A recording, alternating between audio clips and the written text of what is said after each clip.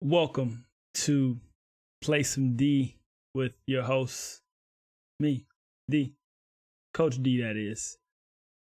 Play Some D is a weekly variety series, episode, podcast, engagement, whatever you want to call it, but it's a weekly variety roundtable of my thoughts on things mainly throughout the week, but just global or United States news, I guess you can say. I guess it could be global, but it's really just a variety of topics that I place into 4 topics, being kind of labeled them in quarters. Quarter 1 through 4, like a sports game, football game, or basketball game. And this week is the 7th installment of that. Please, by the way, like the video, subscribe if you know, like and subscribe. But yeah, Play Some D is my weekly, I guess, soapbox, you can say, but I'm not gonna call it that. But this week is interesting for me because actually go two basketball topics, a serious topic, and then just a kind of WTF topic this week. All having their own interest in their own right. The serious one being the Asian violence news we got this week. The basketball being, Lakers injury news. Other basketball is women's basketball. With it being Women's History Month, I think it kind of is a good time to talk about it, and it's kind of just been on my mind as well. And then just the WTF news this week that wraps it all up is the Miami curfew. Just weird. But anyway, once again, please subscribe to the video down below. Yeah, that big red, smash that for me. Thank you. So yeah, for this week, I'm going to start off. I'm gonna start off the first quarter with just unfortunate news that I actually hated seeing, and it's followed by a good hashtag. Stop Asian hate. You want to stop all hate. You want to stop all hate, obviously, but that's not what this. People always want to revert back to the all thing, but right now, this is important. A guy in Atlanta. Yeah, I guess the FBI or whatever is investigating. It looks like it was targeting Asian-run spas, but some people are kind of arguing that it could have been whatever race in there, and that guy was just having one of those moods. So let that, as far as that goes, we can let the investigation play out. But what happened was these were Asian spas, so it's a possibility that it could have been racially motivated. Not sure. 6 out of victims were women, so it could be, woman related. So genderly motivated. We don't. Once again, no one's totally sure yet, but we'll get the news soon. But it all sparked from or it seemed to enrage with the coronavirus and with the president, the former president, making jabs, I guess, or jokes, or maybe he was serious. I mean, probably was serious, whatever, but directing it, the virus towards Chinese people, and that really affected him. I remember nearly right after the pandemic, someone I know spoke about an interaction they had at a local I want to say Walmart or Target or some or another, just trying to get groceries for their family, and they were, targeted just unnecessarily, and that sucks. That sucks because it's really not necessary. Not one individual, or at least doesn't feel like one group of people just deserves that much hate, or has actually inflicted that much hate on the United States to get that back in return. So, terrorizing fellow citizens isn't cool. It's just not. But kind of what I just wanted to gloss over today. Obviously, I wanted to think this was super important, and then just anything. I did want this to be one of my topics, even if I didn't talk about it that long. But I did want to have that hashtag up there because it's totally necessary that the hate stops, specifically right now towards the Asian community. And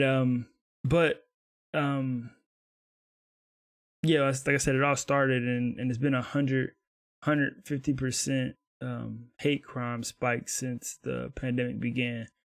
That's a lot. That's a lot, and I mean that's just a wild. It's a wild number. It's a really wild number. But Asian people have lived in the United States for more than 160 years, and there's been a long history that I'm unaware of, that I'm kind of trying to catch myself up on, just to kind of be a little bit aware of the past. But there's been a number of incidents and things of that nature. But there was actually a Chinese massacre of 1871, following the murder of a white man, in a crossfire between rival Chinese groups. This was in Los Angeles as well. They basically 500 people targeted a small Chinese community in the red light district, and about 17 Chinese men and boys were lynched. Prominent doctor. That's something I never heard of, that I became aware of. The Chinese Inclusion Act of 1882. People versus Hall. That was in 1854. It reinforced racism against Asian immigration. Rock Springs Massacre in 1885. San Francisco Chinese plague outbreak. Bubonic. Yeah. Japanese internment during World War II. Vietnam shrimpers and the KKK. LA riots, 9/11 hatred. And that kind of just carried over with the South and East Asian communities. They always seem to get the grunt of that. Plus, I think lately it's just been, like I said, there was a trade war with China as well. I think that affects things, and then as well as a lot of stats saying they'll pass the United States as economy wise and possibly a superpower. So it's always is that budding heads with the Asian community, and I know it happens all over the world with people that don't quote unquote belong in that country, but it's one earth and we all kind of gotta coexist. And unless somebody's causing you harm, I don't think it's necessary to cause them harm off of your speculation, especially in a given community. It's just my take on it. It's just human decency, just being good to people. Going around killing random people is just sad. So it's so sad that those people just didn't, they didn't have a chance. They didn't know they woke up that morning and they were going to be targeted by some random individual. So that's really, I did want to mention those couple events that I just kind of caught up on. Like I said, I do want to dig in and do some more research, because it's just good to know and to be aware and kind of self-conscious of things. Because as a Black American, I like, other people to be conscious of every situation, up to a degree. Obviously, you should be aware of some things, not all, but some things should be aware of, and some people should be sensitive to. And this is one of them. So hopefully this shines an unfortunate light on the situation, and this really calms things down, because this was unnecessary and people lost their lives that they shouldn't have in the grand scheme of things. So yeah, that was the serious topic for today. We'll play some D, stop the Asian hate, and let me move on over to the second quarter. Let's lighten it up just a little bit here, and I'm gonna lighten it up with second quarter with the Los Angeles Lakers. It's It's going to be an interesting trip here for the Lakers. They currently sit third in the West behind the Jazz and the Suns. They will, unless a miracle happens, they do not get anything higher than fourth seed. And then that's kind of where it gets a little dicey for them, because 4 games gets in the 7th seed.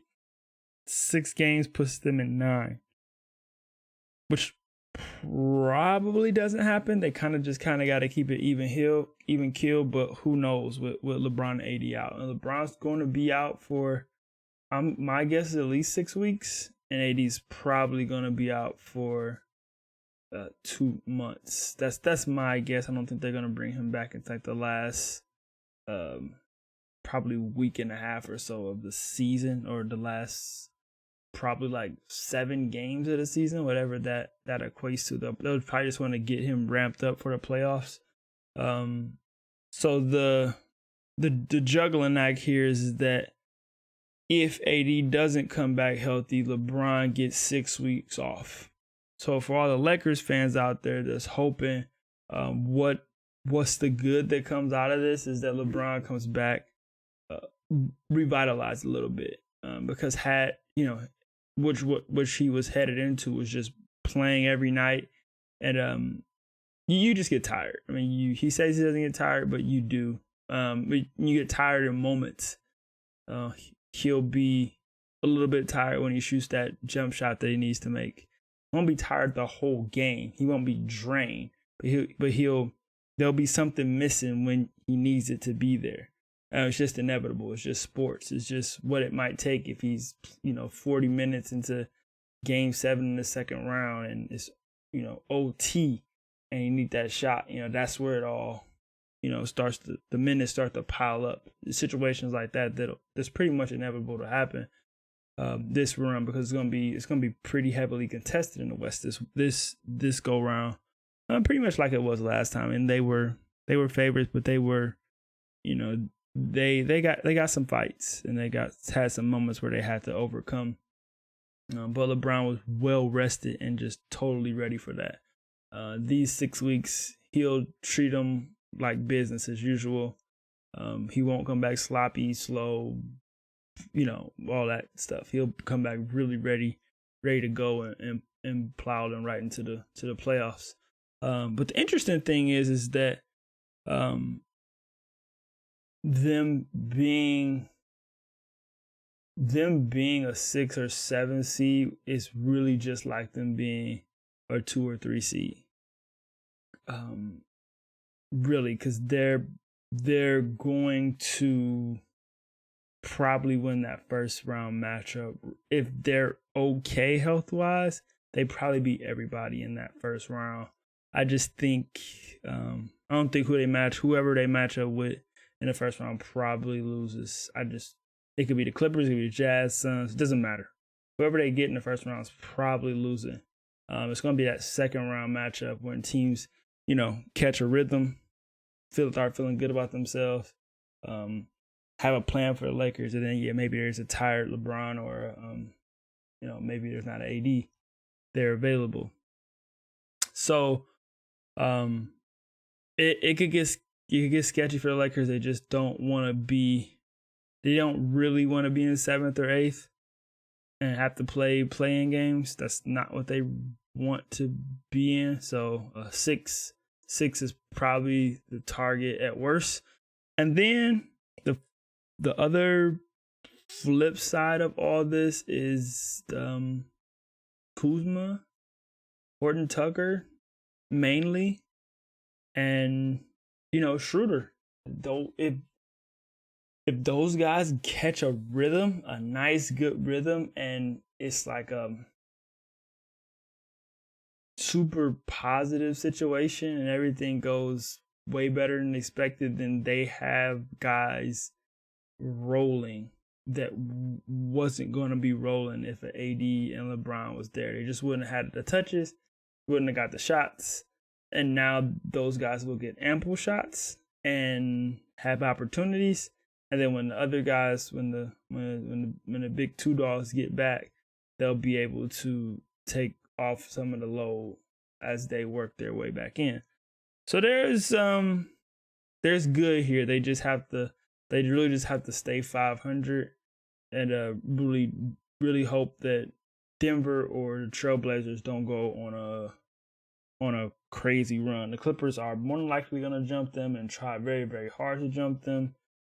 Suns will probably stay consistent. Utah might lose some, but I think Utah is probably going to find their way into the first seed, which I'm sure they want. I think they would love to play that 8 matchup.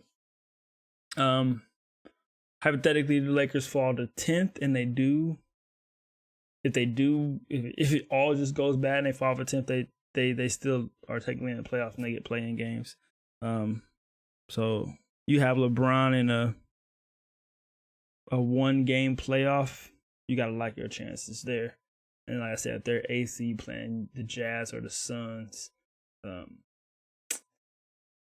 look out Jazz and Suns. So nobody wants the Lakers to dip that far, especially those, the 1 and 2 seed don't want to see the Lakers dip all the way down there. That would just be tragic. So I did just think I thought this injury was really interesting, and it didn't look, LeBron's high ankle sprain didn't look that bad, but it makes sense that he sits out. He takes that time to rest up, because I think it'll be huge if AD really has an Achilles injury and not a calf injury, and we're gonna also find that out pretty darn quickly as well. So yeah, the West looks really interesting. And just another NBA tidbit is the PJ Tucker deal to Milwaukee is huge, because Giannis now will play the final minutes with 4 3-point shooters on the outside, and all 5 of those guys will be able to play lockdown defense, and that's scary for the rest of the Eastern Conference, even the Nets, because if the game is close, whether it's 130 points or 100 points, if it's close, the team that can get the stops is the team that's going to win. And Milwaukee looks like they're the team that's going to get stops. So they just got to stay in the game. And then at the end, the better guys on defense are probably going to get it done, unless the guys on offense choke. So that's just my quick jump on that. And then LaMarcus Aldridge is a huge addition for somebody. He's probably going to a playoff team if he gets moved before this trade deadline, and that'll be another interesting player on the move here for the NBA.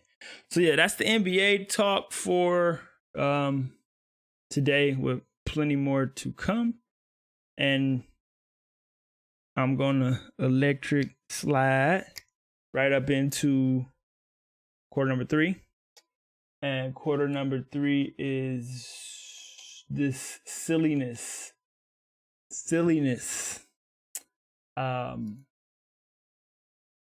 Miami Beach, they're gonna extend this curfew now until April 12th. But what's interesting about this is that Florida they brought this on themselves. They have kind of enticed people to come enjoy Florida. We're open. You're free to come down here and basically be reckless. That's kind of the standard you set. And as a city, when you're just like so open like that, you're inviting chaos where chaos isn't allowed everywhere else. Where chaos is allowed, it'll go, especially when you need somewhere to release it. And Florida should have definitely waited to let this spread out across the country. This is just silly.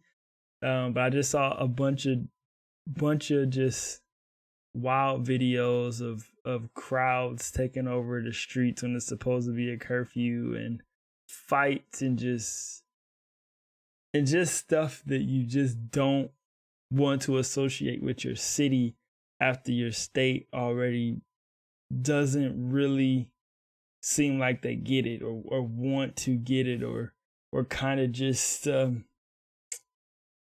contain things a little bit. Like, it can't be a free for all. Like, that looks bad for your city. Like, Miami is like cool. It's not ratchet or ghetto. Like, shouldn't say those words, but it's not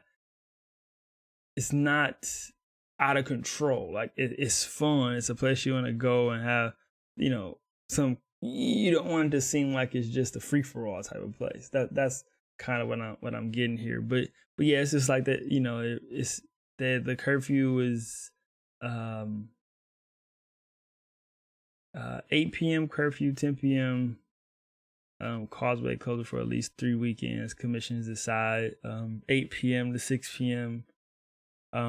For the area bounded by 5th Street on South and 16th Street on North, Pennsylvania Ave on West, and Ocean Drive on East. So it's like an area where people can't go crazy in. Yeah, that's just that's it. I just thought it was funny because it's the place that you were like, hey, that's probably where everybody's gonna go to first. I mean, you kind of think Las Vegas, but Las Vegas still has some constraints. Like, you're not about to come here and terrorize our casinos. You're not gonna be out here in our streets acting a fool. Like, come here, have fun, enjoy yourself. We'll let you stretch out, to an extent, but keep it under wraps. It's not that type of party. And Miami, just once again, it just shouldn't be that place where that went down. But they had it coming. And then it's like the places that get those fights. Those are the places that they like, people will be like, oh, that's where that happened at? Yeah, I'm not going in there. Like, that's the last thing you want your business or whatever associated with. So I think Miami police, and they'll probably get it sorted out. Hopefully people don't start trying to go down there and like purposely defy the odds for the next couple of weekends, and it gets worse and worse and worse. Hopefully they straighten it out and they just cool. But I just thought this was just a super WTF moment for the weekend. And you just saw, I know I've read some things about like locals talking about those people from out of town, but I just feel like it was locals too. I feel like, people have that inner grumblings they want to get out, and it's available there, and you could kind of mask yourself amongst the masses, and you could kind of just let loose for a little bit before you have been able to for a year. And what better time than spring break, where everybody can intertwine and you're supposed to be having fun. There should have not been no kind of spring break advertising. Spring break shouldn't have it. Like, it's not a thing this year. But, Miami, I guess, that's what they're known for. Florida, you go down Florida for spring break. You go down to the beaches and you go crazy. Like pepper balls used on spring break party goers. Like that's on the side of this article. That's pretty funny. Yeah, they'll get it together though. But that's what I wanted to talk about that for the third quarter. It was just too juicy a pass up, shall I say. Yeah, and then for get our foes up. Bang, bang, bang. Women's History Month. And that's not really why I wanted to go here with this topic, but I really wanted to touch on, it's really NCAA women's basketball, but I just kind of rounded it up. I didn't know exactly how I wanted to present it and talk about it until I get to talking about it. That's one thing too. I'm play some D here. We play some D. We get up. When you play some D, you don't know what the offensive player gonna do. You gotta predict it. So same thing how I do here. I'm just think of the topic, and then I kind of go with it. But the main thing is that with coaching basketball, coaching kids, and being at tournaments and whatnot, and seeing young girls play ball, they're getting there. They're getting there, and they're getting there fast. I don't know what will happen in terms of athleticism, but the game and how it's played, especially with jump shots and shooting threes being a thing, not being very exciting now, they're in really, really good shape. It was just talked about, Shaq mentioned lowering the basket on. It's what's that? I think it's Players Only or whatever. But on TNT last week, and Candace Parker didn't like the idea. I don't like too much like the idea either. It's only so, funky girls gonna get on the hoop and whatnot, and you leave it at 10 because they've been, the little kids. Everybody plays on 10, so just the ball's already smaller, which that probably shouldn't even be either. But the ball's smaller. That's totally enough. Totally enough. So they're catching up, and then you really find the catching up evident this year, which really sparked my interest in this conversation. Is the age for to be drafted into the WNBA? The age is 22, and with this year, the young girls, the two probably best players in the country, arguably, are two freshmen. One for UConn, Paige Buckets, I just want to call her, but it's Beckers. I'm gonna say that's how you said it. And then Caitlin Clark. Caitlin, let me make sure I got that last name right. Caitlin Clark. I want to say Collins for whatever reason, but it's Caitlin Clark. She's a beast. She might be the National Player of the Year, and it may not should be NBA rules, but it can't. 22 is just, it's time for the WNBA to change that draft rule. So international players must be 20 years old to be deemed eligible.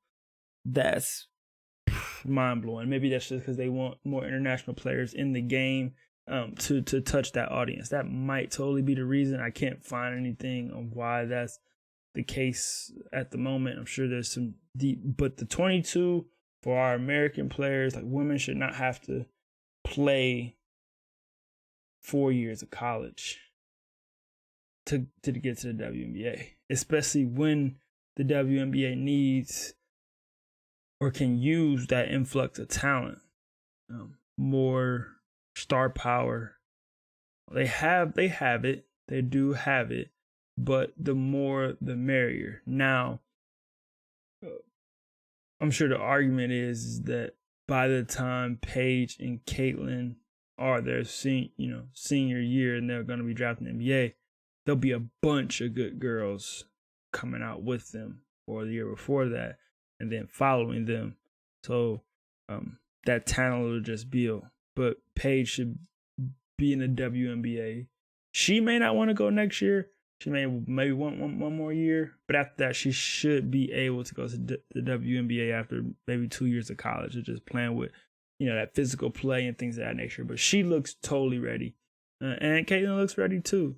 So, the WNBA is gaining a bunch of momentum, and I think now is the time, or very very soon, to get that age limit altered, or at least a conversation should be had about it.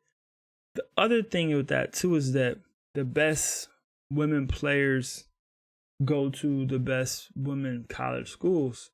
So, like in the first round of the tournament, for the most part, I only say the first round of the tournament, for the majority of the season, those girls don't really even compete against, high level talent. And that kind of rings true a little bit in men's basketball, but not as much. I mean, UConn, I could look, but I'd imagine UConn's probably blowing out half the teams in their schedule. And when I say blowouts, we're talking about big scores. They beat High Point by 40-something. Baylor beat... I forgot who Baylor played, but they beat them by 50. That didn't happen in the men's NCAA tournament.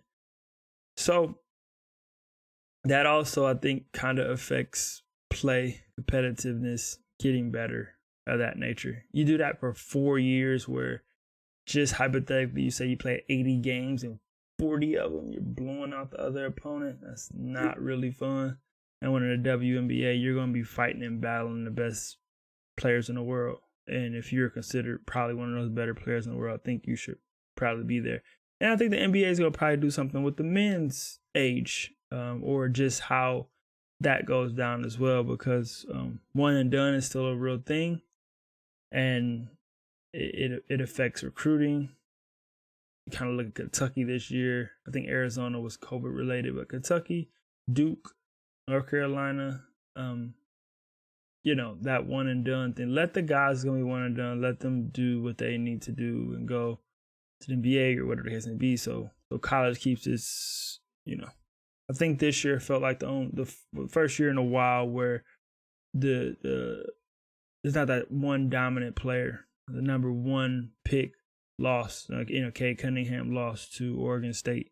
Evan Mobley, who's another top pick, they'll probably be out soon as well. So that unless that dominant player is with a bunch of other dominant players like at, say, a Duke or Kentucky or North Carolina, and then that kind of just affects the program. So what does Oklahoma State look like next year? USC possibly should be fine because they're the big school kind of out here on the West Coast, so they'll probably get more top talent. But it affects coaches and recruiting in the long run too, and other players, looking to come in and fill that spot, or how does that, how do they fit in at the school? If a big time recruit comes in and takes that player's spot, it affects a lot of people. So I think the NBA is going to do something, but like I mentioned, kind of the evolution of this conversation, it kind of just been on my mind a lot lately too, is that the WNBA has so much momentum now. The girls look good. They're fun to watch. And I think it's definitely time to put get all of the good players to the WNBA as quickly as possible, see what it looks like, and then, maybe make that adjustment. Maybe Paige doesn't belong in the WNBA, or Caitlin, or some of the other, sophomores and juniors.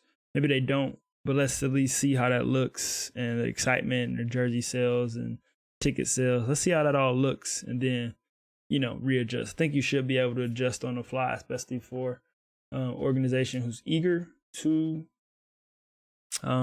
get recognition like the men and deserve it. The other thing that was really sketchy with the women's NCAA basketball thing was the weight room discrepancy. That was just wild, and that kind of in a nutshell describes how the women's college basketball experience differs from the men's. And like I said, I don't even think thought process of allowing them to go pro early on, they're kind of just the afterthought. So hopefully WNBA and NBA, because the NBA teams in the league were collectively owned by the NBA, but when NBA sold WNBA teams in Carpon's third party. So the WNBA has to make their ultimate decision about how they want to do that, but I think it should definitely be a conversation. With that being said, I'm not taking this baby in the OT. I want to take this baby home. Please please subscribe to Play Some D. Hit that bell icon to turn on the post notifications. Once again, thank you for watching. This is my variety. Let it out. No, it's not the let it out. It's it's my variety show podcast that touches on hopefully some critical topics with just some factual and opinion based. It's not trying to sway audiences either way. It's kind of just talking through my thoughts, what I think of the situation, and maybe it just sparks, hopefully, ideally, it just sparks other conversations. If it gets to that level, obviously, there's a lot of people talking about a lot of different things. It's probably saying a lot of the same stuff. But if it's good, makes sense, then that's might be a good thing. So we'll see. But I enjoy myself here in this space. And again, thanks for watching. Please like, subscribe. This is Play Some D. This is episode 7. I'm out this baby. To the next one. Holla.